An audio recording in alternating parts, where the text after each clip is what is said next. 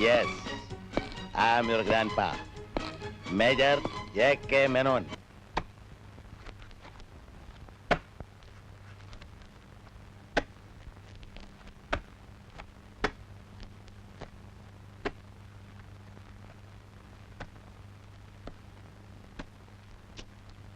ചേർത്തിക്ക് തെറ്റിയതാവനെ വഴിയുള്ളൂ. ദേ നീ എന്റെ കയ്യിൽ നിന്ന് വാങ്ങിക്കും. എടാ പൊന്നൂസേ, കരഞ്ഞമേന്റെ മുഖം എന്റെ മനസ്സിൽ പച്ച പിടിച്ച് കിടക്കുക. വെളുത്ത് ചുമന്ന് കോലമുടി, കൊച്ചിങ്കളെ പോലുള്ള മുഖവും, നീണ്ടും മെലിഞ്ഞൊരു സുന്ദരൻ. നേര് പറയാലോ, അയാൾക്ക് 20 വയസ്സുള്ളപ്പോ എനിക്കൊരു 14 കാണും. ഈ ഞാൻ പോലും എത്രയോ വട്ടം അയാളെ കണ്ണിമ വെട്ടാതെ നോക്കി നിന്നിട്ടുണ്ടെന്ന് എനിക്കറിയോ. ഉദിച്ചു വരുന്നൊരു സൂര്യനായിരുന്നു. ഇയാളെന്തോന്ന് റബ്ബർ പന്ത് പോലെയുള്ള ഒരു മോന്തി കറുത്ത് കരിവാളിച്ച്. കറുത്തത് പട്ടാളത്തിലായതുകൊണ്ടാ. അതെന്താ? വെളുത്തവരാരും പട്ടാളത്തിലില്ലേ? അങ്ങനല്ല, പട്ടാളത്ത് പോലെ ഏത് വെളുത്തവനും ഒന്ന് കറക്കും. അതെങ്ങനെ? ഈ ബോംബൊക്കെ പൊട്ടി വെടിമരുന്ന് ദേഹത്തായ മനുഷ്യൻ കറുത്തു പോവില്ലേ? പിന്നെ ഇപ്പൊ ഈ കുവൈത്ത് യുദ്ധം കഴിഞ്ഞ് വരുന്ന മലയാളികളെ കണ്ടാലറിയാം, മുഴുവൻ കറുപ്പാ. അത് ശരി. എന്തിന് കുവൈത്ത്?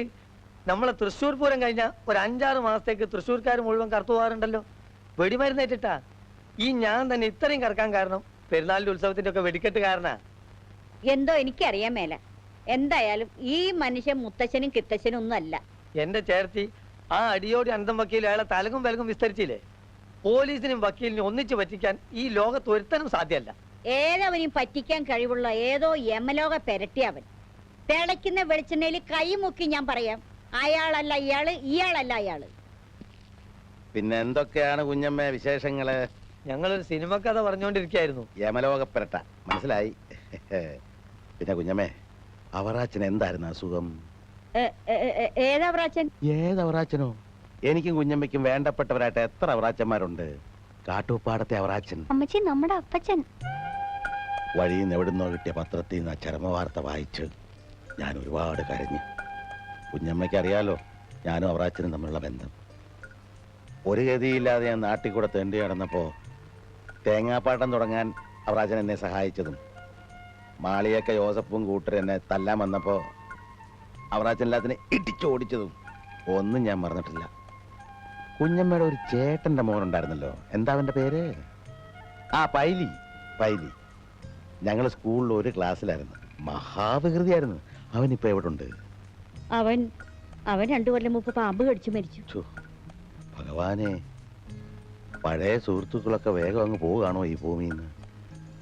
അപ്പോ സാറാമ്മ? ഏത് സാറാമ്മ? ഏത് സാറാമ്മയോ?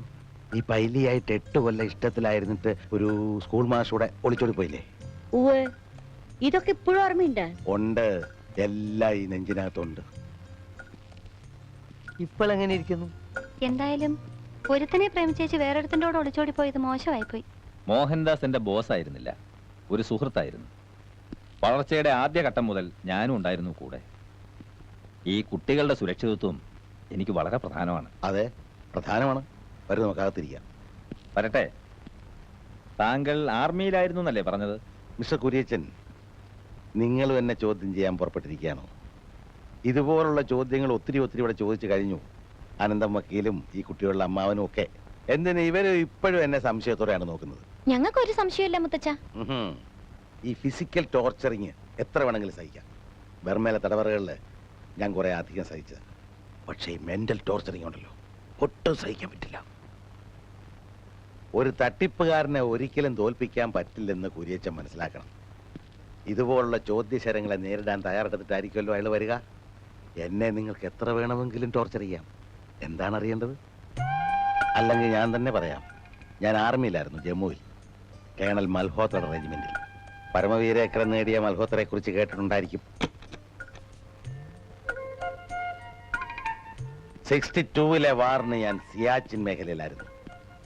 വാഹനങ്ങളും എന്തിന് ടാങ്കുകൾ പോലും തോറ്റുമടങ്ങുന്ന സിയാച്ചിൻ. വെടിയുണ്ട ഏറ്റിട്ടല്ല, തണുപ്പ് കൊണ്ടാണ് അവിടെ ആളുകൾ മരിക്കുക. ഗുരുബച്ചൻ സിംഗും ബൻഷിറാമും ഞാനും ഒരുവിധം പിടിച്ചു നിന്നു. ശത്രുക്കൾക്ക് ബർമയുമായ എന്തോ രഹസ്യ ധാരണകൾ ഉണ്ടായിരുന്നു. അതിർത്തി വിസിറ്റ് ചെയ്യാൻ വന്ന ഒരു ബർമീസ് മേധാവിയെയും സംഘത്തെയും ഞങ്ങൾ പതിയിരുന്ന് ആക്രമിച്ചു. എത്ര പേർ മരിച്ചു എന്നറിയില്ല. ബെൻചിറാമും കുറുബച്ചൻ സിംഗും. ബോധം വീണപ്പോ ഞാൻ ജയിലിലായിരുന്നു. ദിവസങ്ങൾ എത്രയായെന്നോ മാസങ്ങൾ എത്രയായെന്നോ ഒരു കണക്കുമില്ല. കിടക്കുന്നത് ബർമയിലാണെന്ന് അറിഞ്ഞത് പോലും 13 വർഷങ്ങൾക്ക് ശേഷമായിരുന്നു. ഇതുവരെ ഇവിടെ ആരെയും കാണിച്ചിട്ടില്ലാത്ത ഒരു കാര്യം ഞാൻ കുര്യച്ചന് കാണിച്ചു തരാം. അവസാനമായി ഞാൻ ഈ നാട്ടിൽ നിന്ന് പോയപ്പോ കൂടെ കൊണ്ടുപോയതാണിത്.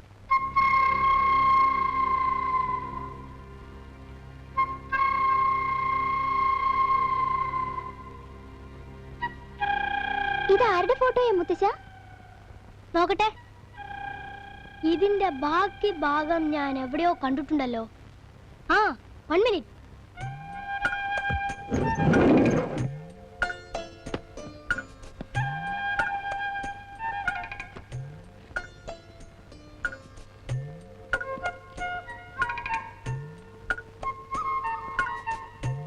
മൈ ഗുഡ്നസ്, അത് തന്നെ. ഓ, ഇതിന്റെ ബാക്കി കഷ്ണം ഇപ്പോഴും ഇതിനകത്തുണ്ടോ? ഇതാരാണെന്നറിയാവോ മിസ്റ്റർ കുര്യച്ചൻ? എന്റെ മകൻ, ഈ കുഞ്ഞുങ്ങളുടെ അച്ഛൻ. ഇത്രയും കാലം വെയിലത്തും മഴയത്തും മഞ്ഞത്തും എന്റെ ഹൃദയത്തോട് ഞാനിത് ചേർത്ത് വെച്ചു.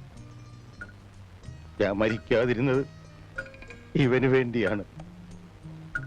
എല്ലാ യാതനകളും സഹിച്ചത് ഇവനെ ഒരു നോക്ക് കാണാം എന്ന പ്രതീക്ഷയോടെയാണ്. പക്ഷേ ദൈവം എന്നോട് കനിവ് കാണിച്ചില്ല.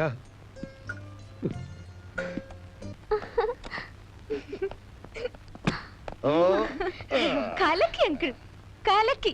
അങ്കിളല്ല, മുത്തശ്ശൻ. ആ, മുത്തച്ഛൻ. എല്ലാവരും ഞെട്ടിപ്പോയി. ആഹാ, പറഞ്ഞതൊക്കെ ശരിയാണെന്നേ തോന്നൂ. എന്ത് നാച്ചുറൽ ആക്ടിങ്. എന്നാലും ഇത്ര ബ്യൂട്ടിഫുൾ ആയി എങ്ങനെ കരയാൻ പറ്റി? അതെനിക്ക് തന്നെ അറിയാൻ പാടില്ല. പറഞ്ഞു പറഞ്ഞു വന്നപ്പോ പറയുന്നൊക്കെ സത്യം തോന്നി. ഈ കഥാപാത്രമായിട്ട് ജീവിക്കുക എന്നൊക്കെ കേട്ടിട്ടില്ലേ? നമ്മുടെ SI അങ്കിൾ ഉണ്ടല്ലോ, പന്തം കണ്ട പെരിച്ചാഴിയെ പോലെ അതേ നിപ്പ. ഇനിയുണ്ടല്ലോ അങ്കിൾ. അങ്കിൾ അല്ലെന്നേ, മുത്തച്ഛൻ. അതെ മുത്തച്ഛ, ഒന്നും നോക്കാനില്ല. ഇനി എല്ലാരെയും ഗെറ്റ് ഔട്ട് അടിച്ചാ മതി. അതെങ്ങനെ? വക്കീലെങ്കിൽ നമ്മുടെ ഫാമിലി ഫ്രണ്ട് അല്ലേ, അങ്ങനെ ആരെയും ഹേർട്ട് ചെയ്യാൻ പാടില്ല. അത് ശരിയാ. ആ. മാത്രമല്ല പിടിച്ചിറക്കി വിട്ടാ പിന്നെയും തിരിച്ചു വരും. ഈ റബ്ബർ പന്ത് പോലെ. അവർക്ക് തന്നെ തോന്നണം ഒരു പരിപ്പ് കൂടെ വേഗില്ലെന്ന്.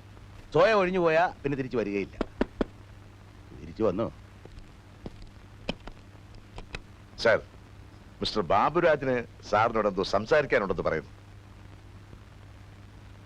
അതിനെന്താ, വരാമല്ലോ. കുറച്ചങ്ങോട്ട് മാറി നിന്ന് സംസാരിക്കാം മുത്തച്ഛ, കുറച്ച് കൂടുതൽ സംസാരിക്കാനുണ്ടേ. ആയിക്കോട്ടെ. ഞാൻ നമ്മുടെ മുത്തച്ഛനോട് കുറച്ച് കാര്യങ്ങൾ സംസാരിക്കാൻ പോവുകയാണ്. കേൾക്കണമെങ്കിൽ കേൾക്കാം.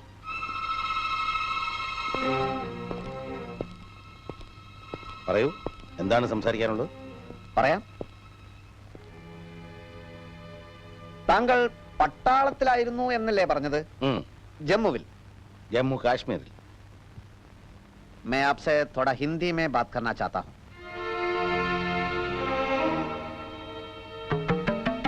हिंदी हमारा राष्ट्रभाषा है ना? जम्मू कश्मीर के बारे में कुछ बताइए. वो जगह कैसा है? शानदार है? सच बोलना चाहिए, नहीं तो नहीं बोलिए. मेरी मतलब यह है, बर्फ से छिपा हुआ पहाड़ों के बारे में कुछ ना कुछ बोलिए. उधर एक शानदार नाला है, क्या नाम है उसका? अगर आप कश्मीर के बारे में कुछ नहीं जानता है तो असम के बारे में बोलिए, बंगाल के बारे में बोलिए, बिहार के बारे में बोलिए. नहीं तो ये सब छोड़ के कम से कम हिंदी में एक बात तो बोलिए.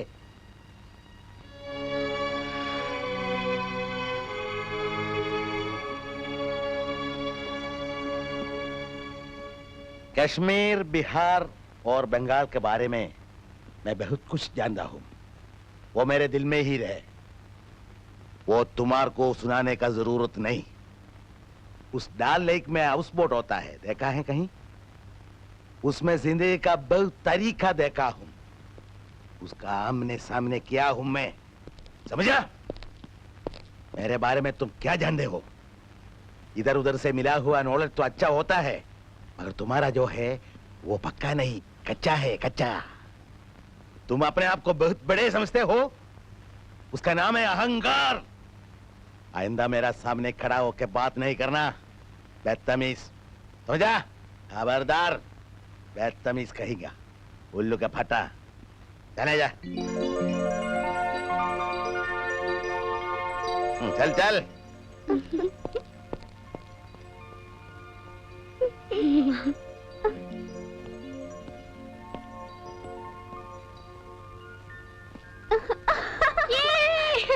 You are great, Jungle. You are genius. ഈ ഹിന്ദി എങ്ങനെ ഒപ്പിച്ചു? ഹിന്ദി പഠിക്കാൻ പട്ടാളത്തിൽ പോകണമെന്നില്ലല്ലോ. ഞാനൊരു ദേശാടനക്കാരനല്ലേ. എനിക്ക് ഹിന്ദി മാത്രമല്ല ഒരുപാട് ഭാഷകൾ അറിയാം.